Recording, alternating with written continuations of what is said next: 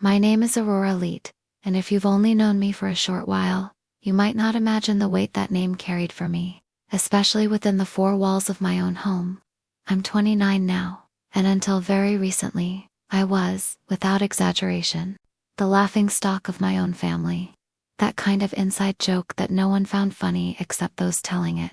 I grew up in a household where art was seen not as a calling, but as a sickness, a fleeting delusion. The mindset was clear, almost a dogma.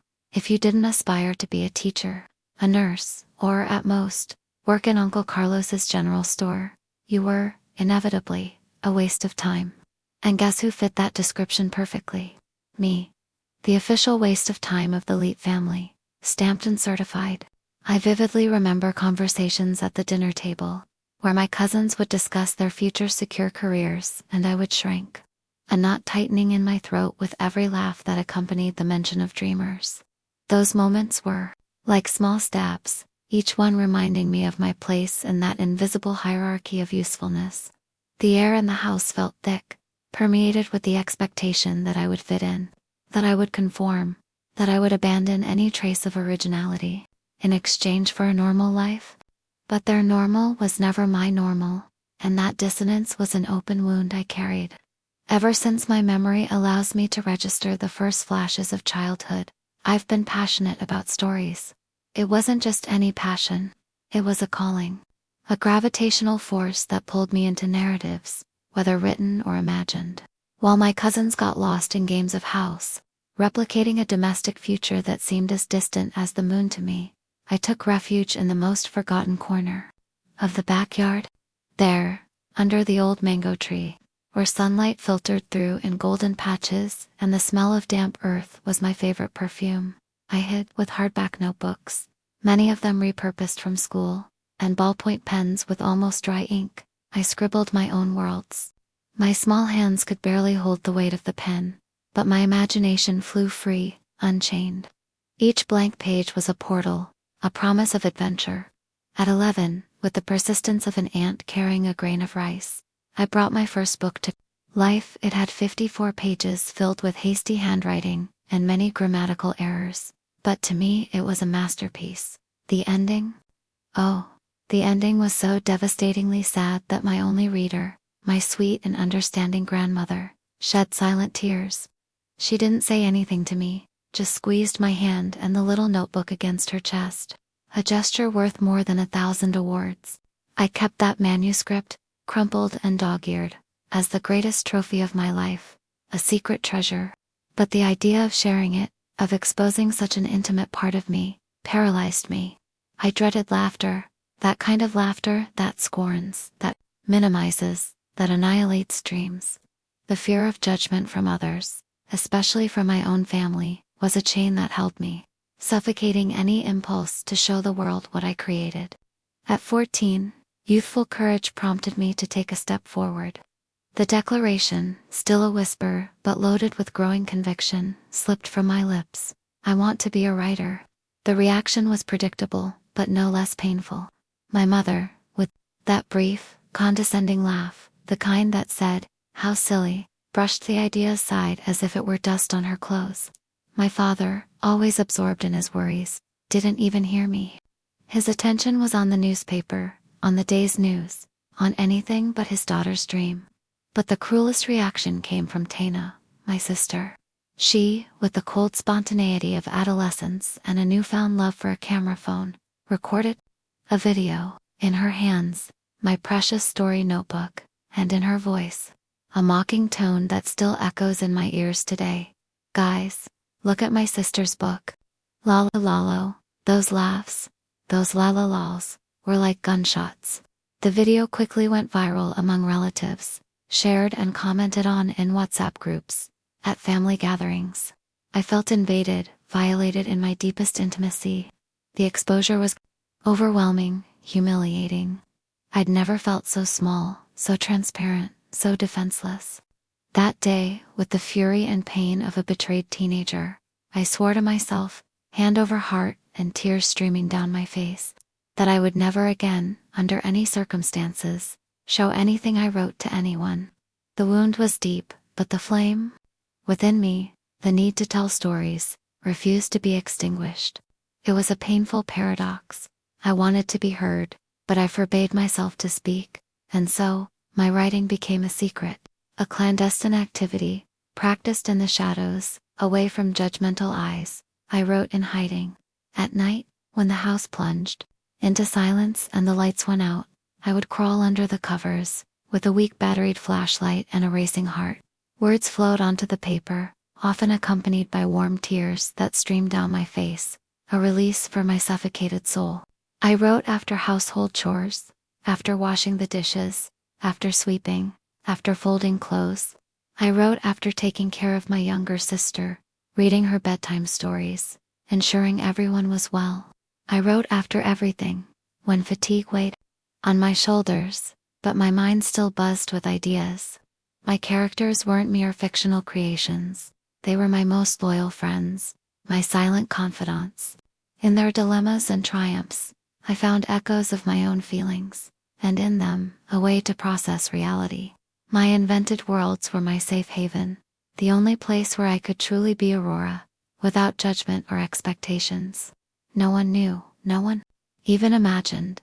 But while everyone called me useless, a dreamer with no future, I was creating entire universes within myself. Every line written was a construction, a brick in an invisible castle that only I inhabited. It was my way of resisting, of existing beyond the narrow definitions imposed upon me. The flashlight, the notebook, and the pen became my accomplices, silent witnesses to a passion that refused to die. At 19, reality knocked on my door with the force of a punch. It was time to face the world, to find a way to support myself. I started working as a sales clerk in a neighborhood convenience store. The smell of stale coffee and old bread became part of my routine. The salary, ridiculous. It barely covered my bus fare and a snack, but every penny that came into my hands was saved with the devotion of a treasure. I had a plan, a goal that shone like a guiding star amidst the darkness of my routine: to buy a laptop. It wasn't a luxury, it was a necessity. I needed a more efficient tool than notebooks and flashlights to unleash the torrent of stories bubbling inside me. 14 months.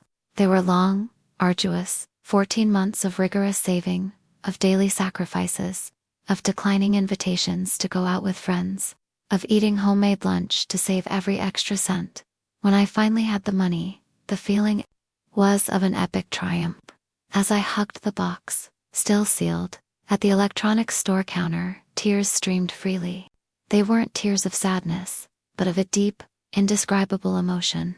It felt like a piece of my dream, tangible and real, taking shape in my hands. The smell of new plastic, the weight of the device in my trembling hands, everything felt magical. I didn't waste any time. In just 3 months, with the agility of someone who has a reservoir of stories ready to explode, I wrote my first digital novel. Words flowed, ideas connected, characters came to life on the luminous screen. It was an exhausting process. Often I would stay up all night, my fingers aching from typing, my eyes burning with fatigue, but the adrenaline of creating was an inexhaustible fuel. The novel was ready, a milestone, but, true to my secret vow, I never showed it to anyone. The memory of my sister's laughter and my parents' indifference was still a haunting presence, preventing me from taking the next step. The fear of a new humiliation was greater than the need for recognition. With the digital novel complete, and my heart filled with a secret hope, I decided that, even without showing it to anyone in my family, I would try. I sent the manuscript to dozens of publishers, big and small, famous and unknown. The anticipation was a raw nerve with every ring of my phone. The rejections came, one after another, like stabs. Each email, with a "we regret to inform you," a direct hit to my soul. Some publishers, the most indifferent, didn't even bother to reply, leaving me in the limbo of uncertainty. Others, with an impersonal and formal tone, sent the famous and feared "it doesn't fit our editorial line," a phrase that felt like a stamp of "you're not good enough." With each no, my family's voice, the one that said I was a waste of time, grew louder in my head. I questioned my ability, my talent, my sanity. Were they right all along? Was I in fact delusional? Just when giving up seemed like a real and tempting option, a response arrived. Different. The publisher, small but with a promising sounding name, sent me an email that stood out from the sea of negatives. The message was short, but its words resonated within me like a bell. You have a voice. You just need to learn to shout. That stuck with me. It wasn't a no. It wasn't a definitive yes, but it was a recognition, an invitation to something bigger. That phrase, so simple yet so profound, ignited a flame that seemed almost extinguished. I decided right then, at that moment, that I was going to learn to shout, not with my voice, not with screams, but with words. My words would be my megaphone, and I would make sure they were heard. The path would be long and solitary, but from that email on, I was no longer completely alone on my journey. Someone, somewhere, saw potential in me, motivated by that single phrase of encouragement. The next 3 years were dedicated to a deep dive into the world of creative writing. I became my own teacher, my own mentor.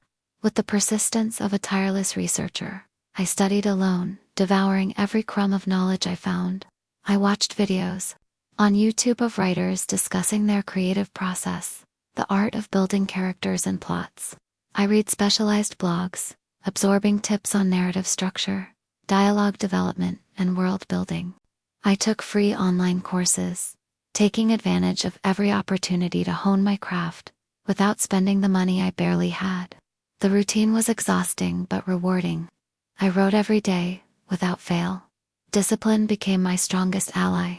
The pages of my laptop and, yes, still some notebooks, filled with novels, short stories, loose ideas that bubbled in my mind and that one day could turn into complete stories. I had specific notebooks for each genre, digital folders full of drafts and notes. But while I built this private literary universe, life in my house remained unchanged. My family, oblivious to my dedication, continued to reinforce the stigma. My mother, with that air of someone who already knew the outcome, would ask, with a mocking tone that made me want to disappear, "Are you going to try to be a writer again?" The irony was palpable. I had never stopped. My father, with his pragmatic and limited view, insisted, "You'd better take a civil service exam. At least there's stability." The word stability was his mantra, the solution to all my supposed problems, as if life was just a sequence of checks at the end of the month. He didn't understand that the stability I sought wasn't financial, but existential. The stability of being who I was, of living my purpose. And my sister Tana, now a digital influencer with thousands of followers and a bubble of superficial success, she distilled her own venom. "Nobody reads anymore," she'd say, with the certainty of someone who holds absolute truth about the world. "Books are for old people. Want success? Start a makeup channel." Her words were like hammers to my passion, trying to dismantle the very foundation of my existence. Makeup, the smell of powder and foundation, never made me feel alive, never sparked the fire that writing lit within me. Color palettes didn't tell me stories, words did. The pressure was constant, a dense fog of unmet expectations and veiled criticisms. But, paradoxically, the more they doubted, the stronger my conviction became. Their words, instead of tearing me down, functioned as a secret fuel, feeding my determination. Every no from the family was a yes to myself. I became more resilient, more focused on proving to myself, and perhaps to them, that my path was not a delusion, but a destiny. One day, amidst my relentless search for knowledge and opportunities, I stumbled upon a self-publishing platform. The possibility of releasing a book without the bureaucracy and countless rejections of traditional publishers seemed like a light at the end of the tunnel. The best part? Publishing there was free. It required no initial investment, which was crucial for me. It was a chance to shout, to have my voice echo without depending on anyone else. The idea lingered for days, a persistent thought.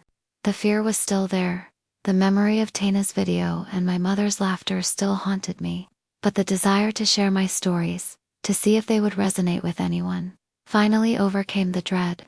I took a deep breath, gathered my courage, and decided to try. My first novel, written on the laptop, the one I never showed anyone, would be my first step into the world.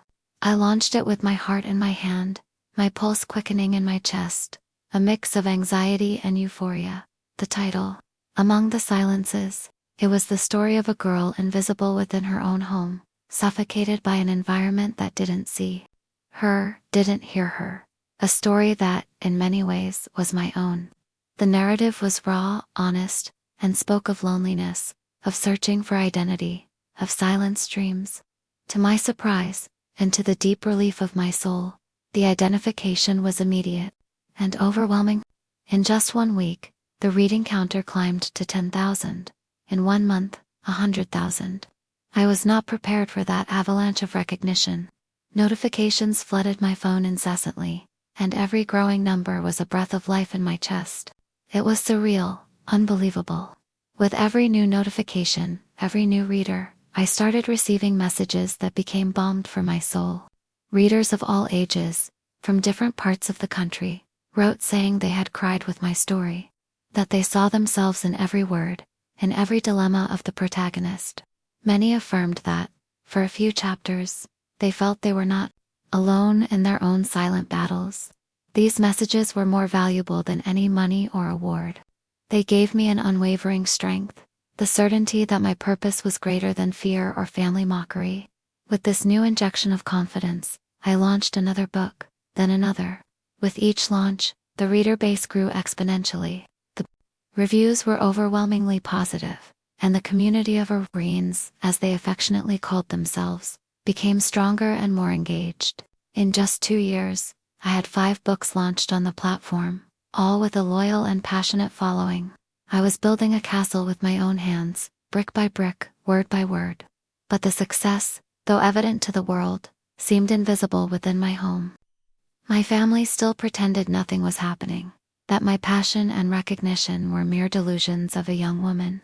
I talked about the books, about the readers' messages, but the words seemed to dissolve into the air, ignored or minimized. It was as if to them, I was still the same waste of time, even with all the evidence to the contrary. Their silence was the hardest test I had to overcome. Still, life had surprises in store for me. One day, I received an invitation that made my heart race. I was asked to participate in a literary fair. It wasn't a giant event, but it was a huge step for me. It would be the first time I'd step out of the virtual world to meet my readers.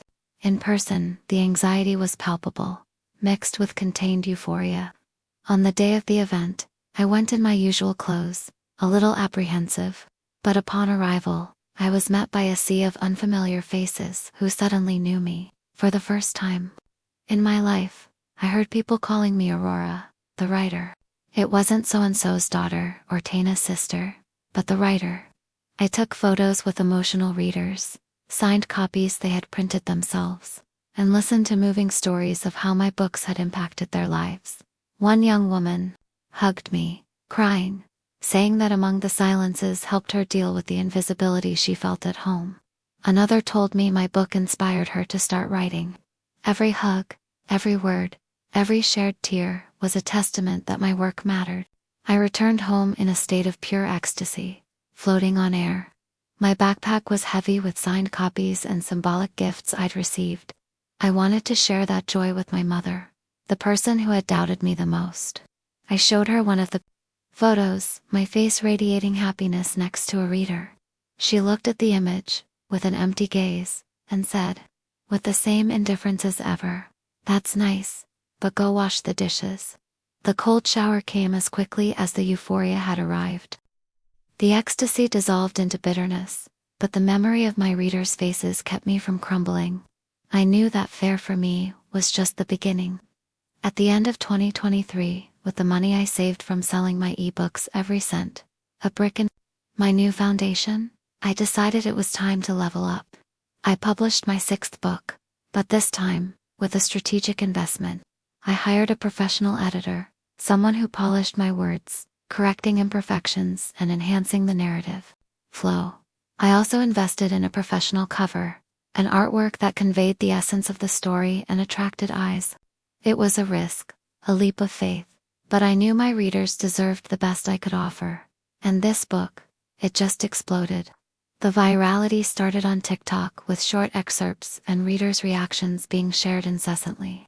Major literary bloggers, with thousands of followers, began recommending the work, bringing more and more people into contact with my writing.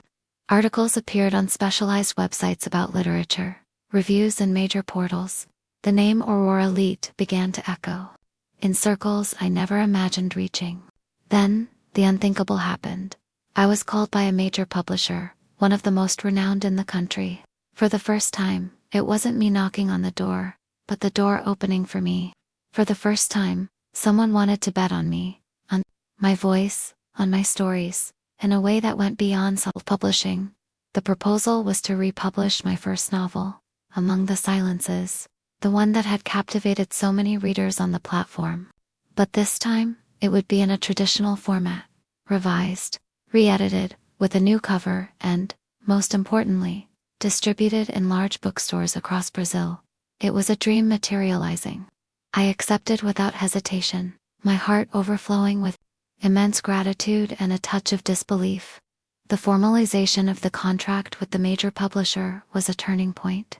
The process of revising and re-editing Among the Silences was intense, but every step reminded me that I was on the right path. To see my name on a contract from a renowned publisher, to know that my book would be on bookstore shelves, was surreal. In less than 3 months after its official release, the book made it onto the bestseller lists of Amazon and Saraiva. Saw my name alongside authors I admired, names I had only previously found on bestseller shelves. Photos of readers with my book in their hands, inside bookstores, popped up constantly on my social media. It was an indescribable feeling of validation, that all the effort and pain had been worth it. But what came next was even more unbelievable, a true shock. I received an email with a subject line that made me hold my breath: nomination for the National Contemporary Literature Award. My eyes scanned the screen. I had been nominated in the Revelation Author category. I read the email not once, but 3 times, trying to absorb the information, trying to believe that it was real and not a mistake. When I announced the news on my social media, it was an explosion. Readers, friends, even old teachers I hadn't seen in years, congratulated me with emotional messages. The commotion was widespread, a wave of affection and recognition that completely overwhelmed me. But inside my house, the silence persisted, heavier than ever. Not a single congratulations from my mother, not a mention from my father, not a post from my sister. The recognition from the outside world was a stark contrast to the indifference of my own home. And that, in a way, made the victory even sweeter, because it was an achievement I had reached despite them. On the day of the awards ceremony, the anxiety was almost unbearable, but my heart pounded, filled with a strange mix of fear and triumph. I went alone, as I had for most of my journey. I wore a simple but elegant dress, chosen with the care of someone who wanted to honor the moment without ostentation. I sat at the back of the audience, watching the illuminated stage, still unable to believe I was there, breathing the same air as so many authors I admired. The hall was filled with voices, whispers and laughter, but I was in my own world, a mixture of nervousness and reverence. The categories were announced, the winners ascended the stage, their voices choked with emotion. Then, the presenter, with a solemn tone that made my heart leap, announced, "The winner of the National Literature Award, Author of the Year category is Aurora Leet." My soul suddenly seemed to leave my body. An electric shock coursed through every cell, and for an instant, the world stopped. The applause began, and then the audience rose, giving a standing ovation. My legs trembled, a weakness that made me doubt if I could even walk to the stage. But the emotion, the adrenaline, propelled me. I climbed the steps, eyes glistening, the trophy gleaming under the spotlights. I reached the microphone, my voice choked, my throat dry. I said few words, but they came from the depths of my soul. I spoke of how I had been ignored, of that girl who wrote hidden under the covers in the basement, of the strength I needed to continue, even without the support of those who mattered most. I dedicated the award to my grandmother, the only person who had believed in me from the beginning, who was no longer with us. But who was the first to take me seriously, the first to give me a glimmer of validation? Her silent tears were the dearest memory I had. When I finished speaking, a moved silence hung over the audience, and then I saw there were people crying. Adults, men and women, many of them also dreamers, or perhaps parents who didn't want to repeat the mistakes I saw in my home. That moment, the connection with those unknown people, was the culmination of all my years of struggle. I returned home that night, the trophy heavy in my backpack, a tangible symbol of a victory that seemed impossible. The house was submerged in the same silence as always, the same immutable routine. As I entered, my mother was sitting on the sofa, watching television with a fixed gaze. My sister, oblivious to everything, was on her phone, immersed in her digital world. My father was watching football, engrossed in the game. No one said anything, no "how was it?" or "congratulations." The air felt tense, charged with an invisible expectation. With trembling hands, but with a quietude I had never felt before, I placed the trophy on the coffee table. The golden object, gleaming under the dim light of the room, broke the spell of silence. My mother, who until then seemed petrified, looked at the trophy, then at me. Her eyes, for the first time, expressed not mockery or indifference, but something I had never seen: regret. Her voice, usually so strong, came out almost a whisper, choked with emotion. "You won. I'm sorry I didn't believe." In that moment, the tears I had held back for years, the ones that flowed in secret under the covers, gushed forth. For the first time in my life, I cried in front of her, without shame, without hiding. They weren't tears of sadness, but of a complex mixture of relief, pain, and forgiveness. Then, my sister came to me, the digital influencer who had scoffed at my notebooks. She hugged me, a tight, sincere embrace, and said, her voice choked, "I read your book, Aurora, and I cried. I saw myself in many parts. I'm so ashamed of having mocked you." I said nothing, just hugged her back, feeling the warmth of her regret. Sometimes, silence says more than any elaborate speech. My father, who had always been a man of few words, got up from the sofa. He placed a hand on my shoulder, a simple gesture, but one laden with a weight that brought me to my knees. His eyes moist, he whispered, his voice almost inaudible, "Proud of you, daughter." That night the house ceased to be a place of painful silences, and became a harbor, a home of reconciliation and acceptance. The next day, the transformation in my home was mirrored in the virtual world.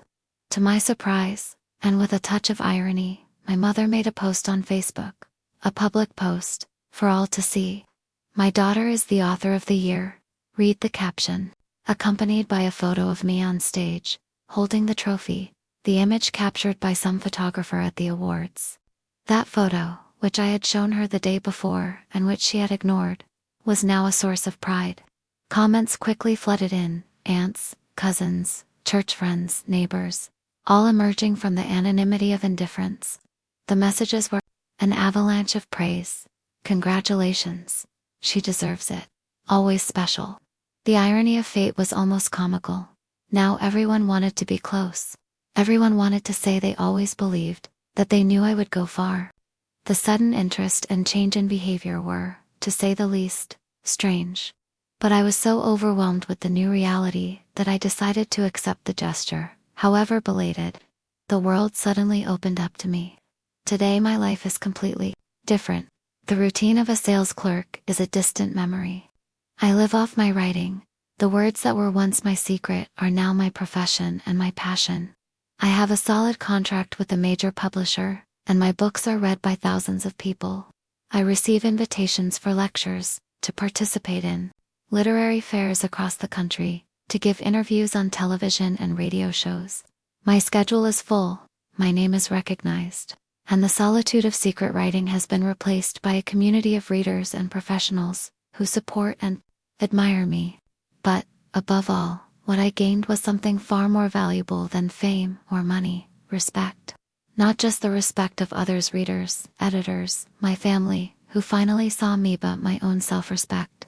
That respect for who I am, for who I have become. I looked at myself in the mirror the other day. my face marked by sleepless nights, but with a sparkle in my eyes that wasn't there before. And I said aloud, with the certainty of an irrefutable truth, "You did it." And that was, without a doubt, the best sentence I have ever written in my entire life. Despite all the transformation, I still write in the same small room, my initial refuge. I still use my hardback notebooks, where the first sparks of stories took shape, a way to honor the past and the girl I used to be. I still get emotional with every new chapter, every character that comes to life, every twist in the plot. The essence of the writer in me remains untouched, true to its origins. But now, the difference is stark. I am no longer invisible. Now, I am read. I am an author. And whenever someone laughs at your dream, whenever someone tries to belittle you because of your passion, remember my story.